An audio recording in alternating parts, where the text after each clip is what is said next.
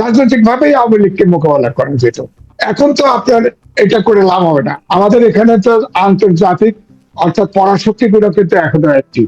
পরাশক্তি গুলো অ্যাক্টিভ হয়ে যদি হয়, যেমন শেখ হাসিনার সময় পরাশক্তি অ্যাক্টিভ ছিল, ইলেকশনের আগেও ছিল, ইলেকশনের পরেও আছে, এখনো আছে। আপনার দেখেন না, তারেক রহমান ভিজিট করতে গেছে বিদেশে, নানান কথা হচ্ছে। সুতরাং পরাশক্তি গুলো এর ভিতরে যদি থাকে, তাহলে পট পরিবর্তন ঘটেও যেতে পারে, বলা তো যায় না। যে সরকার যেটা বলছে যে আইন শৃঙ্খলা বাহিনী পরিস্থিতির অবনতি ঘটতে পারে, সন্ত্রাসী হামলা হতে পারে, এই জন্য সেনাবাহিনী নিযুক্ত করেছে 9টা স্পটে। তো এখন এটা পরিষ্কার হচ্ছে যে অর্থাৎ দেশকে অস্থিতিশীল করার জন্য ওখানে ছাত্রলীগের বা যুবলীগের নাম হলেও, আওয়ামী লীগের নাম হলেও, এখানে হয়তো আইন শৃঙ্খলা পরিস্থিতি অবনতির ঘটানোর জন্য হয়তো জামাত কর্মীরা গুপ্তভাবে তাদের সাথে থাকতে পারে। এই দিনকে কেন্দ্র করেই ধানমন্ডি 32 নম্বরে জামাতের মিছিল থেকে বেশ কয়েকজন সাংবাদিক উপর আক্রমণ চালানো হয়েছে, রক্তাক্ত করা হয়েছে, পিটিয়ে হাসপাতালে পাঠানো হয়েছে।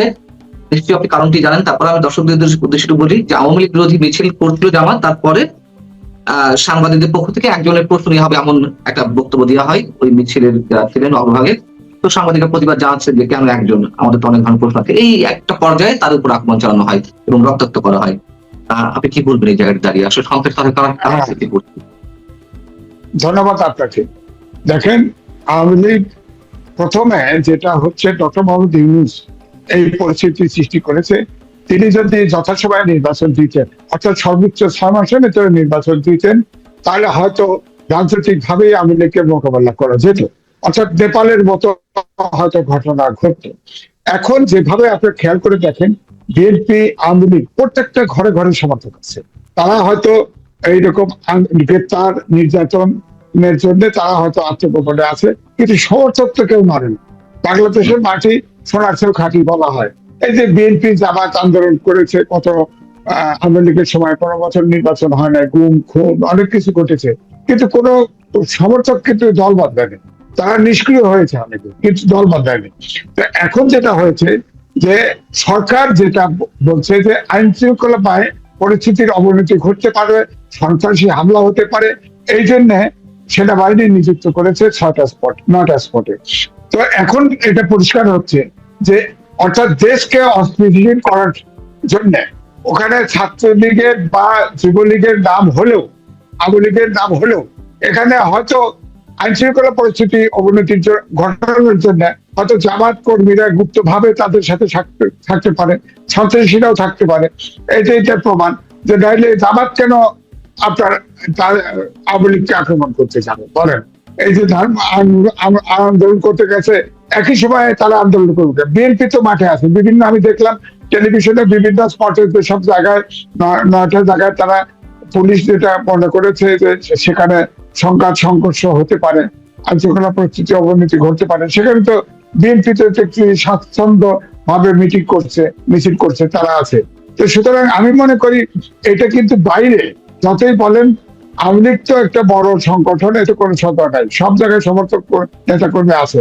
এই সেনাবাহিনী, আমি আগেও বলেছি, সেনাবাহিনী মোতায়েন করা মানেই এটা সারা বিশ্বে ছড়িয়ে যাবে আমাদের দেশে আইন শৃঙ্খলা পরিস্থিতি নাই, রাজনৈতিক অস্থিরতা আছে, সেনাবাহিনী, এই জন্য সেনাবাহিনী অর্থাৎ আইন শৃঙ্খলা পরিস্থিতি নিয়ন্ত্রণ পুলিশ দ্বারা সম্ভব হচ্ছে না, বা রাজনৈতিক দল দিয়েও সম্ভব হচ্ছে না। সুতরাং সেনাবাহিনী 9 দিনের জন্য সেনাবাহিনী মোতায়েন করেছে। এটা আমি মনে করি এটা করা উচিত হয় নাই। আর জামাত এই মুহূর্তে আপনার আন্দোলনের নামে যে নেমেছে, এটাও আমি মনে করি তারাও এই দেশকে অস্থিতিশীল করার জন্যই তারা সাংবাদিকদের উপরে আক্রমণ করলো কেন? সাংবাদিক তো মবক্রেসি আবার না, সাংবাদিক হচ্ছে, আমি বলি আর কি, সাংবাদিক হচ্ছে মাছ, অর্থাৎ মাছের শত্রু সকল জীব। এরকম সাংবাদিক যখন কারো আপনার ছবি তুলতে যায় বা সংবাদ সংগ্রহ করতে যায়, যারা মনে করে তাদের বিরুদ্ধে যাবে, তারাই তাদেরকে আক্রমণ করে। সুতরাং এটা আমি বলবো সাংবাদিকদের কপালে লেখন। এটাতে প্রমাণ করে না দেশে গণতন্ত্র আছে। কারণ আমি বারবারই বলি, দেশে যতটুকু গণতন্ত্র আছে, সাংবাদিকতার স্বাধীনতা ততটুকু আছে। যে দেশে সাংবাদিকদের উপরে আক্রমণ হয়, সে দেশে ধরে নেবেন সে দেশি গণতান্ত্রিক চর্চা নাই, রাজনৈতিক দলের ভিতরে সেই গণতন্ত্র নাই। সুতরাং এই জন্য আর জামাতে এমনিতেই তো জামাত আওয়ামী লীগের পক্ষে থাকা বিপক্ষে থাকা এটা নিয়ে তো তাদের কোনো ইয়ে নেই। তারা তো আওয়ামী লীগ দীর্ঘ সময় জামাতের বিএনপির সাথে ছিল, আবার দীর্ঘ সময় বিএনপির সাথে জামাতের আওয়ামী লীগের সাথে ছিল। ডাকসু নির্বাচন হলো আপনি দেখেন, কোনদিন ভেবেছেন যে শিবির আছে ওখানে, কিন্তু শিবির হঠাৎ করে শিবির বেরিয়ে গেল এবং শিবিরের অন্তর্বর্তী নিরপেক্ষভাবে ইলেকশন করে জিতে এখন কায়ামের শিবির। এখন শিবিরের ডাকসুর যে সভাপতি হলো সাদিক কায়েম, সে এখন রাজনৈতিক দলের নেতাদের সমালোচনা করে। সুতরাং আমি মনে করি যে যাই বলেন না কেন, জামাতের অন্তিম কাল এসেছে। ইলেকশনের সময় শেষের দিকে যে তাফালিংকে করেছে, রাস্তাঘাটে পর্যন্ত টাকা বিতরণ করেছে। এখন ধরেন যেমন চাঁদাবাজি হচ্ছে, তেমনি মাদ্রাসা বক্তব্যে আপনার বলৎকার, ধর্ষণ মহামারী আকার ধারণ করেছে। সেনাবাহিনীর প্রসঙ্গে একটু জানতে চাই, আপনি বলছেন যে আন্তর্জাতিক অঙ্গনে সরকারের ভাবমূর্তি ক্ষুণ্ণ হবে বা বাংলাদেশের প্রসঙ্গে প্রশ্ন উঠবে, সরকার আসলে কেন সেনাবাহিনী নামানোর প্রয়োজনীয়তা মনে করলো, যেখানে সেনাবাহিনী প্রায় 2 বছর পর বেড়াকে ফিরিয়ে নেওয়ার একটা সিদ্ধান্ত হলো বা কার্যক্রম সম্পন্ন হলো সেনা সদস্যদের ফিরিয়ে নেওয়ার ক্ষেত্রে? আওয়ামী লীগ কি খুব বেশি ম্যাসিভ কোনো কর্মসূচি ঘোষণা করেছিল যে সেগুলো প্রস্তুতের জন্য? না, আমি এটা আগেই বলেছি, আওয়ামী লীগ ঝটিকা মিছিল করছে, হয়তো 5 মিনিট 10 মিনিটের জন্য করে। এর জন্য কিন্তু সেনাবাহিনী যদি যেহেতু মোতায়েন করেছে 9টি স্পটের বেছে, হয়তো সরকারের কাছে খবর আছে এইভাবে জামাত বা জেএমবি, আনসারুল্লাহ বাংলা টিম, বহুত নিষিদ্ধ সংগঠন আছে, তারাও তো ঢুকতে পারে, অর্থাৎ ছাত্রলীগ অর্থাৎ আওয়ামী লীগের নামে। সুতরাং তারা হয়তো সতর্ক নিয়েছে। তবু আমি বলবো যে পরিস্থিতির ঝটিকা মিছিল তো পুলিশকে দিয়েই সেটা আপনার মোকাবেলা করতে পারত। তারপরে বিএনপি সরকারি দল, বড় দলের কর্মীরাও সক্রিয় থাকতে পারত।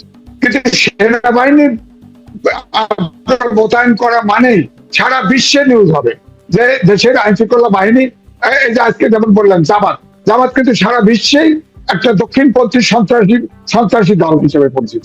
সেই মেসেজটা সারা বিশ্বে যাবে এইভাবে যে আবার বাংলাদেশ আবার নির্বাচন হওয়ার পরেও খুব দ্রুতই, মাত্র 2 মাস পার যাওয়ার পরেই আবার সন্ত্রাসী আইন শৃঙ্খলা পরিস্থিতির অবনতি ঘটেছে, যাতে সেনাবাহিনী আপনার মোতায়েন করতে হয়েছে। সুতরাং এই মেসেজটা তো খারাপ। আমরা তো অভ্যুত্থান হয়েছে, ফ্যাসিবাদের বিলোপ চেয়েছি, তার মানে আইনের শাসন, সুশাসন, গণতন্ত্র চাই। গণতান্ত্রিক যুগে তো সেনা মোতায়েন কেন থাকবে? পুলিশ আছে, পুলিশকে আরো শক্তিশালী করে পুলিশ মোতায়েন করবে রাজনৈতিক ভাবে। অর্থাৎ আমি বলছি যে ভুল একবার হয়েছে, রাজনীতিতে একবার ভুল হলে তা সংশোধন করা কঠিন। অর্থাৎ তখন আমি বারবার বলেছি যে বিএনপি ডক্টর মোহাম্মদ ইউনূসের ফাটাবাসের চিপায় পড়েছে, অর্থাৎ কোনোভাবে ইলেকশন হোক, হলেই জিতবে, এই হলো ধারণা ছিল। তখন যদি নির্বাচনের জন্য জোর দিত এবং সংবিধান অনুযায়ী 3 মাস এবং ইলেকশন কমিশনের কোনো সমস্যা থাকলে আর 3 মাস, 6 মাসের ভিতরে নির্বাচন দিলে কিন্তু রাজনৈতিক ভাবেই আওয়ামী লীগকে মোকাবেলা করা যেত। এখন তো আপনার এটা করে লাভ হবে না। এদিকে আবার পার্লামেন্টের আইন আওয়ামী লীগকে কার্যক্রম নিষিদ্ধ রেখে সন্ত্রাস বিরোধী আইন পাশ করেছে। আপনি বলেন তো দেখি, এখন এটা একটা ওপেন এন্ডেড আইন। 1974 সালে আইন হয়েছিল স্পেশাল পাওয়ার অ্যাক্ট, সেটা 15 আগস্টের পরে মোস্তাক সাহেব জেলখানা ভরে ফেলেছিল। সেখানে দেখা গেছে 80% ছিল ওই স্পেশাল পাওয়ার অ্যাক্টে, 84 সালের স্পেশাল পাওয়ার অ্যাক্টে, এটা আওয়ামী লীগই করেছিল, তাদের ভরে ফেলছিল। অর্থাৎ স্পেশাল পাওয়ার অ্যাক্টে কিন্তু কোনো ব্যক্তিকে সরকার ইচ্ছে করলে ধরতে পারে এবং আদালতেও তার কোনো বিচার হবে না, যতদিন সরকার ইচ্ছে ধরে রাখতে পারে।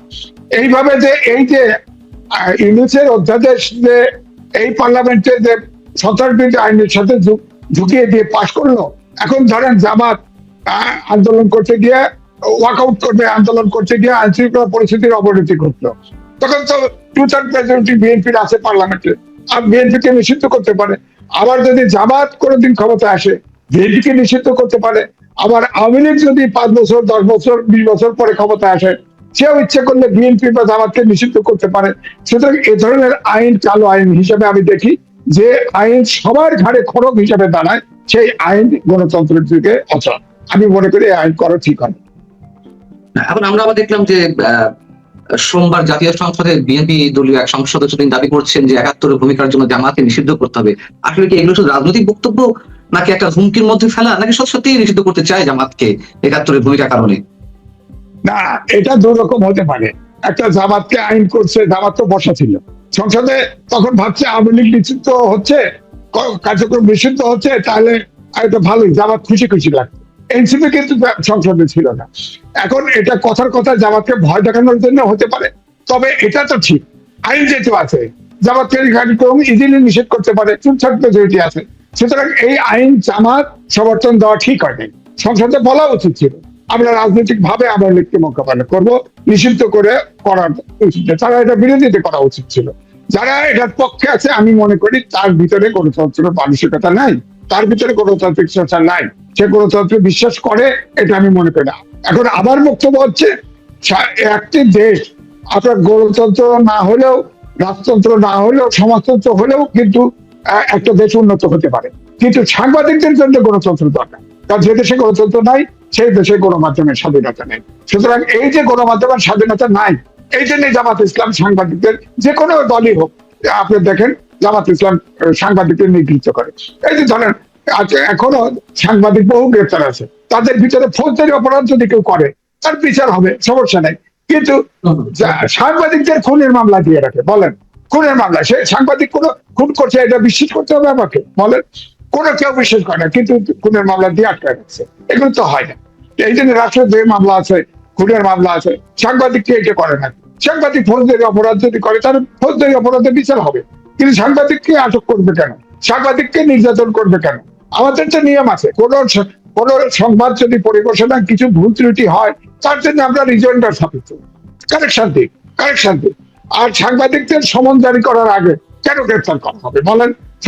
সমন জারি মানে কোর্টে যাবে, কোর্টে যাবে, কোর্ট যদি মনে করে এটা অপরাধ, ফৌজদারি অপরাধ, তাকে গ্রেপ্তারের কথা ওয়ারেন্ট জারি করতে পারে।